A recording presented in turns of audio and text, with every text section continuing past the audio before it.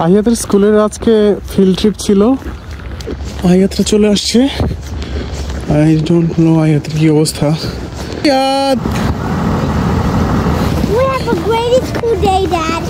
কেমন হল আজকে? আহিয়াতের স্কুল থেকে ফিল্ড ট্রিপ ছিল। আহিয়াতকে আমি একটু আগে ফিল্ড ট্রিপের জন্য স্কুলে দিয়ে আসলাম। ওরা বাসে করে চলে গেল সবাই, কিন্তু আহিয়াতের আম্মু আহিয়াতের জন্য ব্যাকপ্যাক করে দিয়েছিল। এখানে কিছু স্ন্যাক্স দিয়ে দিয়েছিল, আহিয়াতের ফাইল। কিন্তু ওরা আসলে কোনো ব্যাগ অ্যাকসেপ্ট করছে না। অনলি পকেটে যদি কোনো স্ন্যাক্স বার কোনো কিছু নিয়ে যেতে পারে তাহলে সেটা নিয়ে যেতে পারবে, আর কোনো কিছুই অ্যালাউড না। সো আহিয়াতের আসলে ওয়াটারটা খুব লাগে, সম্ভবত ওরা ওখান থেকেই ওয়াটারটা দিবে। আহিয়াদের জন্য এটা একটা নতুন অভিজ্ঞতা হবে আর কি। এমনিতেই সকালে ঘুম থেকে উঠে ক্লাস ধরাটা খুবই চ্যালেঞ্জিং হয়ে যায়। সকালে কিছু খেতে চায় না একদমই, তারপরে ঘুম ঘুম চোখে এই ক্লাসে আসাটা খুবই চ্যালেঞ্জিং। আবার ক্লাসে না আসলে পরেও কান্নাকাটি করা শুরু করে দেয়।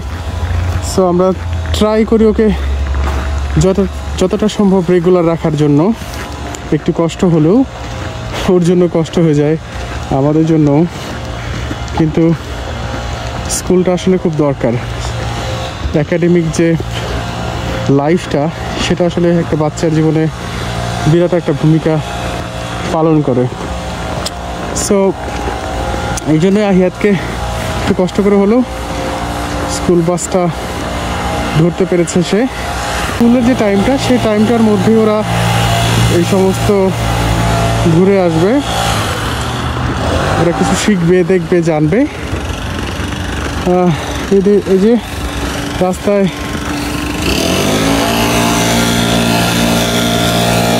বরফাচ্ছন্ন পরিষ্কারের কাজ চলছে। প্রতিনিয়ত এভাবেই কাজ চলে। এই হচ্ছে লাইফ।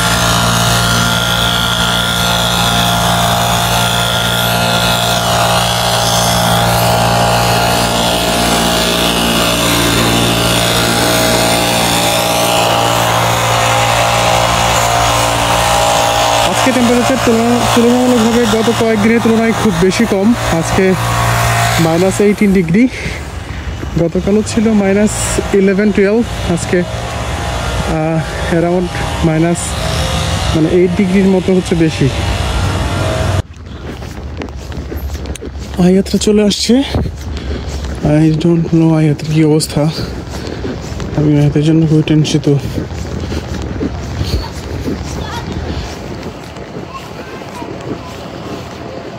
ওই যে আহিয়াত আসতেছে।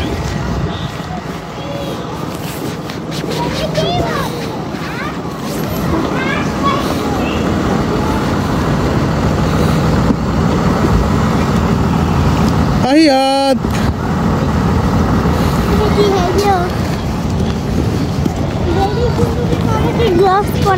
আসো ওখানে গ্লাভস করে দিই। চলো। কেমন হলো তোমার মাম্মি? ও ভেরি গুড। ওকে।